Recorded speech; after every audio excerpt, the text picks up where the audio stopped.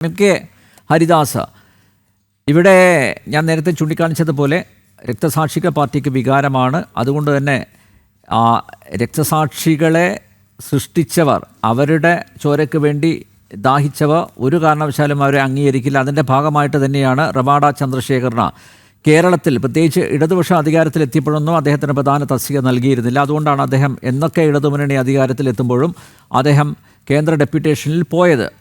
ഇപ്പോഴും അദ്ദേഹം ഡെപ്യൂട്ടേഷനിൽ ആണ്. കാരണം ഇടതുമുന്നണി സർക്കാർ നല്ലൊരു പോസ്റ്റ് അദ്ദേഹത്തിന്, ഒരു തസ്തിക അദ്ദേഹത്തിന് കൊടുക്കില്ല എന്ന് നന്നായിട്ട് അറിയാം. അതിൻ്റെ ഒരു പശ്ചാത്തലം കൂത്തുപറമ്പ് വെടിവെപ്പ് തന്നെയാണ്. പക്ഷേ ഇപ്പോൾ MV ഗോവിന്ദൻ ഉൾപ്പെടെയുള്ളവർക്ക് ഒരു തിരിച്ചറിയൽ ഉണ്ടായിരിക്കുന്നു.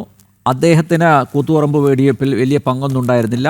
അദ്ദേഹം 2 ദിവസമായിട്ടേ ഉണ്ടായിരുന്നുള്ളൂ. അദ്ദേഹം തലശ്ശേരി ASP ആയി ചാർജ് എടുത്തത് 2 ദിവസം കഴിഞ്ഞാണ് വെടിവെപ്പ് നടന്നത്. അതുകൊണ്ട് ആ ഉദ്യോഗസ്ഥന് പ്രത്യേകിച്ച് റോളില്ലായിരുന്നു എന്ന് ഇപ്പോൾ പറയുന്നവരാണ് അന്ന് അദ്ദേഹത്തിൻ്റെ ചോരയ്ക്ക് വേണ്ടി ദാഹിച്ചത്, അദ്ദേഹത്തെ വേട്ടയാടിയത്. അത് പറയുമ്പോ ബൂർഷ്വ കോടതി എന്ന് നാഴികയ്ക്ക് 40 വട്ടം പറയുന്നവര് കോടതിയെ കൂട്ടുപിടിച്ചത് അനിൽ നമ്പ്യാർ ശ്രദ്ധിച്ചില്ലേ? കോടതി അദ്ദേഹത്തിന് കുറ്റവിമുക്തനാക്കി. ബാക്കി കാര്യങ്ങൾക്കൊക്കെ പാർട്ടി കോടതി കുറ്റവിമുക്തനാക്കണം. ഇതിലിപ്പോ ജനാധിപത്യ കോടതി കുറ്റവിമുക്തനാക്കിയോട് കൂടിയിട്ട് ഞങ്ങൾ അതിനോട് യോജിക്കുന്നു. കാരണം വേറെ വഴിയൊന്നുമില്ലല്ലോ. പാർട്ടി അണികൾക്കുള്ളിൽ അങ്ങേയറ്റം മുറുമുറുപ്പുണ്ട്. ആ അണികൾക്ക് മാത്രമല്ല, ഒരുപാട് നേതാക്കന്മാർക്കുണ്ട്. ആ നേതാക്കന്മാരുടെ മുറുമുറുപ്പാണെന്ന് നമുക്ക് ശ്രീ P ജയരാജനിലൂടെ നമുക്ക് കേൾക്കാൻ കഴിഞ്ഞിട്ടുള്ളത്. നമുക്ക് ആ വിഷയത്തിനെ കുറിച്ച് തൽക്കാലം അതിലേക്ക് കടക്കണ്ട. അത് പാർട്ടിയുടെ കാര്യമായി. പക്ഷെ ഈ വിഷയത്തിൽ താങ്കൾ ചർച്ചയുടെ തുടക്കത്തിൽ കാലത്തിന്റെ നിയോഗമായിട്ടാണ് ഇദ്ദേഹം റവാഡ ഇവിടെ വന്നിട്ട് ചാർജ് എടുക്കേണ്ടി വന്നത് എന്ന് പറഞ്ഞതിനോട് എനിക്ക് യോജിപ്പില്ല. കാരണം എന്താ വെച്ച് കഴിഞ്ഞാൽ, ഈ വിഷയത്തില് MV രാഘവൻ താമസിച്ചിരുന്ന ഗസ്റ്റ് ഹൗസിലെ കൃത്യമായിട്ട് MV രാഘവനോട് ഇന്റലിജൻസ് റിപ്പോർട്ട് അനുസരിച്ചിട്ട് ഇന്ന് കൂത്തുപറമ്പിലേക്ക് പോകരുത് എന്ന് പറഞ്ഞപ്പോ CPM എന്ന് പറയുന്ന പാർട്ടിയെ വെല്ലുവിളിച്ചുകൊണ്ട് എനിക്ക് അവിടെ എത്തണമെന്ന് അദ്ദേഹം വാശി പിടിച്ചു എന്നാണ് ആ സമയത്ത് പത്രമാധ്യമങ്ങളിലെ, അന്ന് നിങ്ങൾ ഈ ചാനലുകൾ എത്ര സജീവമല്ല, അച്ചടി മാധ്യമങ്ങളിലൂടെ ഞാൻ വായിച്ചിരിക്കുന്നത് പുള്ളിക്ക് കൃത്യമായിട്ട് അവിടെ പോകണം എന്നുള്ളൊരു വാശിയായിരുന്നു. അപ്പൊ സത്യത്തിൽ പറഞ്ഞാൽ ഇവിടെ രണ്ടാമതൊരു പരാമർശം വന്നത് എന്താ, രക്തസാക്ഷികൾ ഉണ്ടായിട്ടുണ്ട്. രക്തസാക്ഷികൾ ഉണ്ടാവുമല്ല, ഉണ്ടാക്കുകയാണ്. അപ്പൊ അവിടെ CPM-നെ സംബന്ധിച്ചിടത്തോളം ആർക്കെങ്കിലും ഒക്കെ വെടികൊള്ളണം എന്നുള്ള ഒരു നിർബന്ധം ഉണ്ടായിരുന്നു. അവിടേക്ക് പോകണമെന്ന MV രാഘവന്റെ വാശിയും കൂടി ആയപ്പോഴാണ് കൂത്തുപറമ്പ് വെടിവെപ്പ് ഉണ്ടായത് എന്നുള്ള കാര്യത്തിൽ സംശയമില്ല. കൂത്തുപറമ്പിൽ 5 രക്തസാക്ഷികളെയും ജീവിച്ചിരിക്കുന്ന ഒരു പുഷ്പൻ ഈയിടെ മരിച്ചില്ല എന്നല്ല ഉണ്ടാക്കിക്കൊണ്ട് ആ ശവത്തിൽ ചവിട്ടിക്കൊണ്ടാണ് പിണറായി വിജയന്റെ മകള് സ്വാശ്രയ കോളേജിലേക്ക് പുറപ്പെട്ടു പോയത് എന്നുള്ളത് വായിക്കുമ്പോഴാണ് സ്വാശ്രയ മെഡിക്കൽ കോളേജുകൾക്കായാലും സ്വാശ്രയ എഞ്ചിനീയറിംഗ് കോളേജുകൾക്കായാലും CPM നടത്തിയ സമരങ്ങളെല്ലാം തന്നെ പൊള്ളയായ ഒരു കാര്യമായിരുന്നു. ഇത്തരത്തിൽ രക്തസാക്ഷികളെ സൃഷ്ടിക്കാൻ വേണ്ടിയിട്ടായിരുന്നു സമരം എന്നുള്ളതൊക്കെ നമ്മൾ മനസ്സിലാക്കേണ്ടത്. ഇവിടെ റവാഡ ചന്ദ്രശേഖരനോട് പൊറുക്കാൻ ഉള്ള ഒരു കാര്യത്തിനെ കുറിച്ചിട്ടാണ് ഇന്നത്തെ ചർച്ച. എന്തിനാണ് നമ്മൾ ഈ റവാഡ ചന്ദ്രശേഖരന്റെ കാര്യത്തിൽ MV ഗോവിന്ദനും അതുമാതിരി തന്നെ പിണറായി വിജയനും എടുത്തിട്ടുള്ള ഈ തീരുമാനത്തിനെ നമ്മൾ ഇതാക്കുന്നത്? MV രാഘവൻ ഈ വെടിവെപ്പ് ഉണ്ടാകാൻ, അതാണ് ഞാൻ പറഞ്ഞത്, തലശ്ശേരി, എന്റെ ഓർമ്മ ശരിയാണെങ്കിൽ തലശ്ശേരി ഗസ്റ്റ് ഹൗസിലാണ്. എനിക്ക് അവിടെ പോയേ തീരൂ എന്ന് വാശി പിടിച്ച ക്ഷമിക്കണം, കണ്ണൂർ ഏതോ ഗസ്റ്റ് ഹൗസിലാവട്ടെ, എവിടെയാണെങ്കിലും പോകണം എന്ന് വാശി പിടിച്ച MV രാഘവനെ ചേർത്ത് പിടിച്ചവരല്ലേ അനിൽ നമ്പ്യാർ, ഈ കമ്മ്യൂണിസ്റ്റ് പാർട്ടി എന്ന് പറയുന്ന ഈ CPM. അപ്പൊ ഈ കമ്മ്യൂണിസ്റ്റ് പാർട്ടിയെ പറ്റിയിട്ട് 1 മിനിറ്റിൽ ഒരു കഥ പറഞ്ഞു കഴിഞ്ഞിട്ട് എനിക്ക് ഈ ചർച്ചയിൽ കൂടുതൽ പങ്കെടുക്കാൻ പറ്റുള്ളൂ. ഞാൻ ഗുരുവായൂർ സ്വദേശിയാണെന്ന് അനിൽ നമ്പ്യാർക്ക് അറിയാം. ഈ ഗുരുവായൂര് പപ്പടത്തിന് പ്രശസ്തി ആർജിച്ച സ്ഥലമൊന്നുമല്ല ഈ ഗുരുവായൂർ അമ്പലത്തിന്റെ പ്രശസ്തി അല്ലാണ്ട് ഗുരുവായൂർ പപ്പടം, ഒരുപാട് പപ്പടങ്ങൾ ഉണ്ടാക്കുന്ന വീടുകളുണ്ട് എന്നുള്ളതിനപ്പുറം ഗുരുവായൂർ പപ്പടത്തിന് ഒരു പ്രസക്തിയില്ല. പക്ഷെ ഗുരുവായൂരിലെത്തുന്ന ഭക്തരെ ഈ പപ്പടത്തിൽ വീഴ്ത്താൻ വേണ്ടിയിട്ട് ഗുരുവായൂരിലെ കിഴക്കേ നടക്കിലും പടിഞ്ഞാറ് നടക്കിലുമായിട്ട് എന്താ വെച്ചാൽ പപ്പടം കെട്ടുകണക്കിന് അടക്കി വെച്ചിട്ട് വിൽക്കുന്ന ഒരു ഏർപ്പാടുണ്ട്. സത്യത്തിൽ പറഞ്ഞാൽ പപ്പടം ഒന്നിനും കൊള്ളില്ല.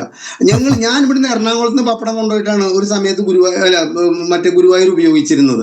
അപ്പൊ ഇന്ന് ഗുരുവായൂർ പപ്പടം എന്ന് പറഞ്ഞിട്ട് ഞാൻ ദുബായിൽ പോയപ്പോൾ അന്തം വിട്ടു, തായ്ലൻഡിൽ പോയപ്പോൾ അന്തം വിട്ടു. ഗുരുവായൂർ പപ്പടം. അപ്പൊ ഞാൻ ഇപ്പൊ എറണാകുളത്ത് താമസിക്കുന്ന വീടിന്റെ തൊട്ടടുത്ത് ഒരു പപ്പടം ഒരാൾ ഉണ്ടാക്കുന്നുണ്ട്. അപ്പൊ അദ്ദേഹം ഈ പപ്പടം പാക്കറ്റിലാക്കിയിട്ട് ഈ ഗുരുവായൂർ പപ്പടത്തിന്റെ ഒരു ചീട്ട് അതിൻ്റെ ഉള്ളിലേക്ക് ഇടുമ്പോൾ ഞാൻ ചോദിച്ചപ്പോൾ പറഞ്ഞു, സാറേ ഇപ്പൊ അത് അങ്ങനെ ഇത് വിൽക്കാൻ പറ്റുള്ളൂ, ഗുരുവായൂർ പപ്പടത്തിനെ ആളുള്ളൂ. അപ്പൊ ഈ ഗുരുവായൂർ പപ്പടം എന്ന് പറഞ്ഞ് നമ്മൾ വാങ്ങിക്കഴിക്കുന്ന ഗുരുവായൂർ പപ്പടത്തിൽ ഗുരുവായൂരുമായിട്ട് ഒരു ബന്ധമുള്ള സംഗതിയല്ല. അതുപോലെയാണ് ഈ CPM എന്ന് പറയുന്ന പാർട്ടിയിൽ കമ്മ്യൂണിസ്റ്റ് എന്ന് പറയുന്ന വാചകം ഈ ഗുരുവായൂർ പപ്പടത്തിന്റെ ലേബിൾ മാതിരിയാണ്. അവരിൽ കമ്മ്യൂണിസം ഒന്നും ഇല്ലാതായിട്ട് വർഷങ്ങളായി. അവർക്ക് അധികാരമാണ് ലക്ഷ്യം. അധികാരം പിടിച്ചടക്കാൻ വേണ്ടിയിട്ട് അവർ എന്ത് വിധത്തിലെ കോപ്രായത്തരങ്ങളും എന്ത് അധപ്പതനവും ഉണ്ടാവുകയും ചെയ്യും. പിന്നെ ഇവിടെ റബഡ ചന്ദ്രശേഖരൻ എന്ന് പറഞ്ഞിട്ട് ഇവിടെ ഒരു മുൻ പോലീസ് ഓഫീസർ, അദ്ദേഹം പോലീസ് ഓഫീസർ ആയതുകൊണ്ട് ആയിരിക്കണം അദ്ദേഹത്തെ കുറിച്ചിട്ട് നല്ലത് പറഞ്ഞു. നമുക്ക് തൽക്കാലം പോലീസ് ഓഫീസർ പറഞ്ഞതിനെ വിശ്വസിക്കുക. അല്ലെങ്കിൽ അനിൽ നമ്പ്യാർ പറഞ്ഞു റബഡ ചന്ദ്രശേഖർ കറകളഞ്ഞൊരു ഉദ്യോഗസ്ഥനാണെന്നുള്ളത്, ഞാനും അത് വിശ്വസിക്കുന്നു. ഞാനൊരു കാര്യം നോക്കട്ടെ, അദ്ദേഹത്തിനുള്ള കാര്യക്ഷമതയും അദ്ദേഹത്തിന്റെ ഈ ഉദ്യോഗത്തോടുള്ള ആത്മാർത്ഥതയും പ്രകടിപ്പിക്കാൻ പറ്റിയ ഒരു സ്ഥലമാണോ കേരളം? അല്ല. കാരണം ലോക്കൽ സെക്രട്ടറി മുതല് സംസ്ഥാന സെക്രട്ടറി വരെ ഉണ്ടാക്കിയിട്ടുള്ള ഒരു ലിസ്റ്റ് ഉണ്ട്. ആര് ഏതൊക്കെ പോലീസ് സ്റ്റേഷനുകളും ഏതൊക്കെ SP ഓഫീസുകളും ഏതൊക്കെ സർക്കിൾ ഓഫീസുകളും ഏതൊക്കെ DYSP ഓഫീസുകളും കൈകാര്യം ചെയ്യണമെന്ന് CPM ഉണ്ടാക്കിയിട്ടുള്ള ലിസ്റ്റ് ഉണ്ട്. ഞാൻ ഗുരുവായൂർ പോലീസ് സ്റ്റേഷനിലെ ഞാനൊരാളെ കണ്ടുമുട്ടിയപ്പോൾ പുള്ളി പറഞ്ഞു, ഇപ്പൊ പാർട്ടിയുടെ ഇവിടുത്തെ എൻ്റെ ഈ പാർട്ടിക്ക് വേണ്ടിയിട്ട് ഇവിടുത്തെ കാര്യങ്ങൾ നീക്കുന്നത് ഞാനാണ്. മിക്ക സമയത്തും ആ വ്യക്തിയെ പോലീസ് സ്റ്റേഷനിൽ കാണും ചെയ്യാം. അപ്പൊ അത്തരത്തിലുള്ള സംവിധാനത്തില് ഈ റബഡ ചന്ദ്രശേഖരനെ പോലെ കാര്യപ്രാപ്തിയുള്ള ഒരു പോലീസ് ഉദ്യോഗസ്ഥൻ DGP ആയിട്ട് ഈ തലപ്പത്തിരുന്നത് കൊണ്ട് കേരള പോലീസിനെ കൊണ്ട് കേരളത്തിലെ ജനങ്ങൾക്കൊരു ഉപകാരവും ഉണ്ടാകാൻ പോകുന്നില്ല. പക്ഷേ എം കെ ഹരിദാസ് അവിടെ വേറെ ചോയ്സ് ഇല്ല. നോക്കൂ, നിതിൻ അഗർവാൾ അദ്ദേഹമാണ് സീനിയർ മോസ്റ്റ് അല്ലേ, കേരള കേഡറിലെ ഏറ്റവും സീനിയർ മോസ്റ്റ് ആയിട്ടുള്ള ഉദ്യോഗസ്ഥനാണ് നിതിൻ അഗർവാൾ. നിയമപ്രകാരം അദ്ദേഹത്തിനാണ് കിട്ടേണ്ടിയിരുന്നത്. പക്ഷേ എന്തുകൊണ്ട് അദ്ദേഹം അനഭിമതനായി?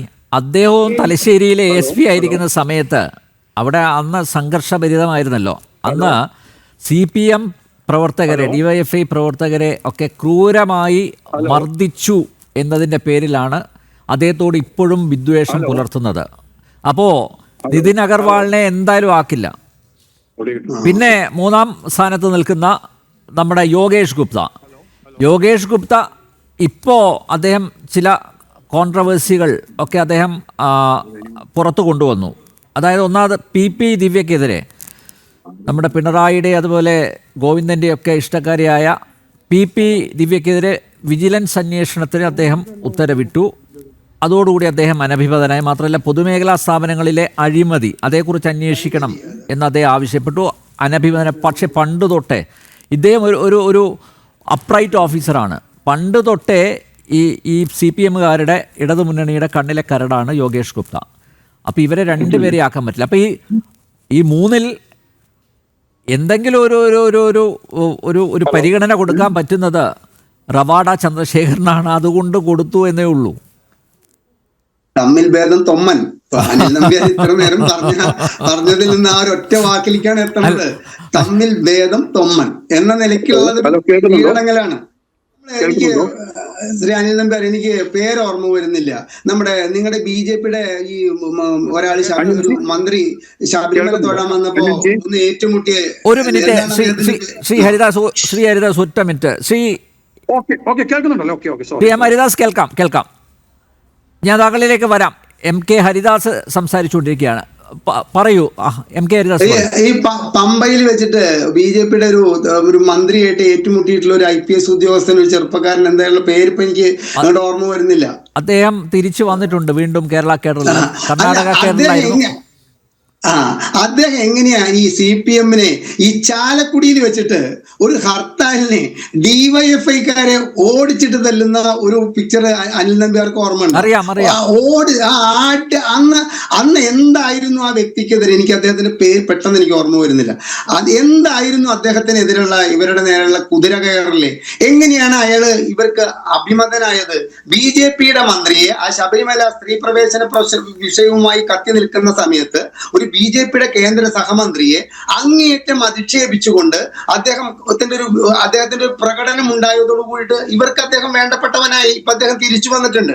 അപ്പോ ഈ CPMനെ സംബന്ധിച്ചിടത്തോളം അടിസ്ഥാനപരമായിട്ട് ഒരു പോലീസ് ഉദ്യോഗസ്ഥനെ ആയാലും ഒരു IAS ഉദ്യോഗസ്ഥനെ ആയാലും ചേർത്ത് നിർത്തുന്നതും തള്ളി പറയുന്നതും അദ്ദേഹത്തിന്റെ പേര് യതീഷ് ചന്ദ്ര. അദ്ദേഹം ഇപ്പൊ കണ്ണൂർ DIG ആണ്.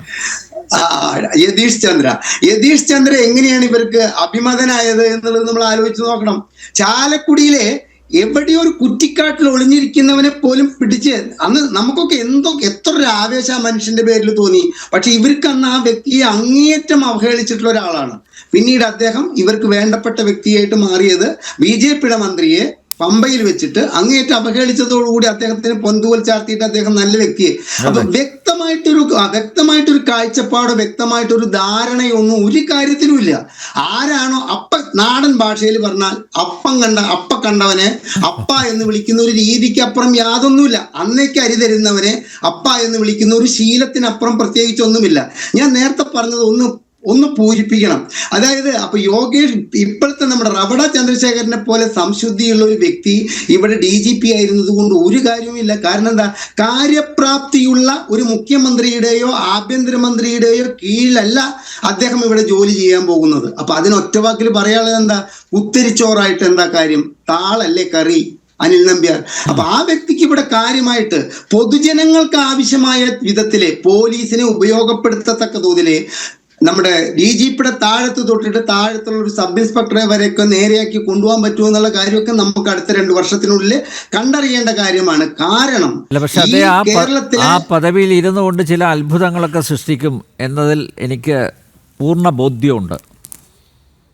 അദ്ദേഹത്തിന്റെ സ്വഭാവം അറിയുന്നതുകൊണ്ട് എനിക്ക് വല്ലാണ്ട് ഡീപ്പായിട്ടൊന്നും അറിയില്ലെങ്കിലും ഈ സെൻകുമാർ എന്ന് പറയുന്ന ഉദ്യോഗസ്ഥൻ എന്തോ ഒരു ജാതി സർട്ടിഫിക്കറ്റിന്റെ കാര്യത്തിൽ അദ്ദേഹത്തിന് കോടതി കയറേണ്ടി വന്നു എന്നുള്ളതും, അദ്ദേഹത്തിനെയും ഈ പറഞ്ഞമാതിരി തന്നെയാണെങ്കിൽ കോടതി സംശുദ്ധനാക്കിയിട്ട് അങ്ങനെ കൃത്രിമമായിട്ട് ജാതി സർട്ടിഫിക്കറ്റ് ഉണ്ടാക്കിയിട്ടുള്ളതല്ലാന്ന് കേരള ഹൈക്കോടതി പറഞ്ഞു എന്നാണ് എൻ്റെ ഓർമ്മ. അതിനുശേഷം അദ്ദേഹത്തെ ഒരു DGP ആക്കിയിട്ട് ഇരുത്താതിരിക്കാൻ വേണ്ടിയിട്ട് 28 ലക്ഷം രൂപ പ്ലസ് 4 ലക്ഷം രൂപ 32 ലക്ഷം രൂപ വക്കീൽ ഫീസ് കൊടുത്ത് കേസ് വാദിച്ചവരാണ് ഇവര്. എന്നിട്ടും സുപ്രീം കോടതിയിൽ നിന്ന് അദ്ദേഹത്തെ DGP സ്ഥാനത്ത് അവരോധിക്കണം എന്ന് പറഞ്ഞിട്ടുള്ള ഉത്തരവിനെ മാനിക്കാതെ വീണ്ടും കോടതിക്ക് ചോദിക്കേണ്ടി വന്നു, ഞങ്ങൾക്ക് അടുത്ത സ്റ്റെപ്പിലേക്ക് കടക്കേണ്ടി വരുമോ എന്ന്. അപ്പൊ ഇവർക്ക് സംശുദ്ധിയുള്ളവരൊന്നും. എന്നിട്ട് എന്താ ഉണ്ടായത്, അദ്ദേഹത്തെ അവിടെ പ്രതിഷ്ഠിച്ചുകൊണ്ട് ടോമിൻ തച്ചങ്കരിനെ ആ ഓഫീസിൽ ഇരുത്തിക്കൊണ്ടുള്ള ഭരണം നടത്തിയവരാണ് ഇവര്. ഞാൻ അനിൽ നമ്പ്യാരുടെ ഇദ്ദേഹത്തിൽ നിന്നും ഒരു സൽഭരണം പ്രതീക്ഷിക്കാം, ഇദ്ദേഹത്തിൽ നിന്നും പല നമ്മളുടെ ഗിമ്മിക്കുകളും പ്രതീക്ഷിക്കാം എന്നൊക്കെ പറയുന്നത് ഇവരുടെ അടുത്ത നടപടി നമ്മൾ കാണണം. ആഭ്യന്തര വകുപ്പിന്റെ എന്താണ് ഇവർ ചെയ്യാൻ പോകുന്നതെന്ന് ഇവർക്ക് തന്നെ അറിയില്ല. അന്തം വിട്ടവൻ എന്തും ചെയ്യും എന്ന് പറഞ്ഞതുപോലെ ഇനിയുള്ള ഒരു വർഷം എന്ന് പറഞ്ഞാൽ നിർണായകമാണ് അനിൽ നമ്പ്യാർ. ആ നിർണായകമായ കാലഘട്ടത്തിൽ ഈ റവാഡ ഇവർക്കെതിരായിട്ടുള്ള എന്തെങ്കിലും ഒരു ചലനം നടത്തി കഴിഞ്ഞു കഴിഞ്ഞാൽ പിന്നീട് റവാഡയ്ക്ക് മുകളിൽ ഒരു DGP സ്ഥാനത്തല്ലാത്ത ആരെയും കൊണ്ടെങ്കിലും അവരോധിച്ചിട്ട് അദ്ദേഹത്തിന്റെ ഭരണത്തിന്റെ മുഴുവൻ കാര്യങ്ങളും കൃത്യമായി ചെയ്യാൻ കഴിവുള്ള ഇവർക്ക് വേണ്ടപ്പെട്ട ഒരാളെ അവിടെ കൊണ്ടിരുത്തിക്കൂടായികയൊന്നും ഇല്ല എന്നാണ് ഞാൻ പറയുന്നത്. നമുക്ക് ഇത്രയേ പറയാനുള്ളൂ. ഞാൻ നേരത്തെ പറഞ്ഞത് ആവർത്തിക്കുകയാണ്. അതായത് റവട ചന്ദ്രശേഖരന്റെ കഴിവുകളെ കുറിച്ചിട്ടൊക്കെ ഇപ്പൊ നിങ്ങളെ ഇവിടുത്തെ പങ്കെടുത്ത പോലീസ് ഓഫീസർക്കും താങ്കൾക്കും ബോധ്യമുണ്ട്, കുറച്ചൊക്കെ എനിക്കും ബോധ്യമുണ്ട്. പക്ഷെ അതൊന്നും പ്രാവർത്തികമാക്കിയിട്ട് കേരളത്തിലെ ജനങ്ങൾക്ക് ഇപ്പൊ കണ്ടില്ലേ, തൃശ്ശൂർ ഉണ്ടായത് കണ്ടില്ലേ?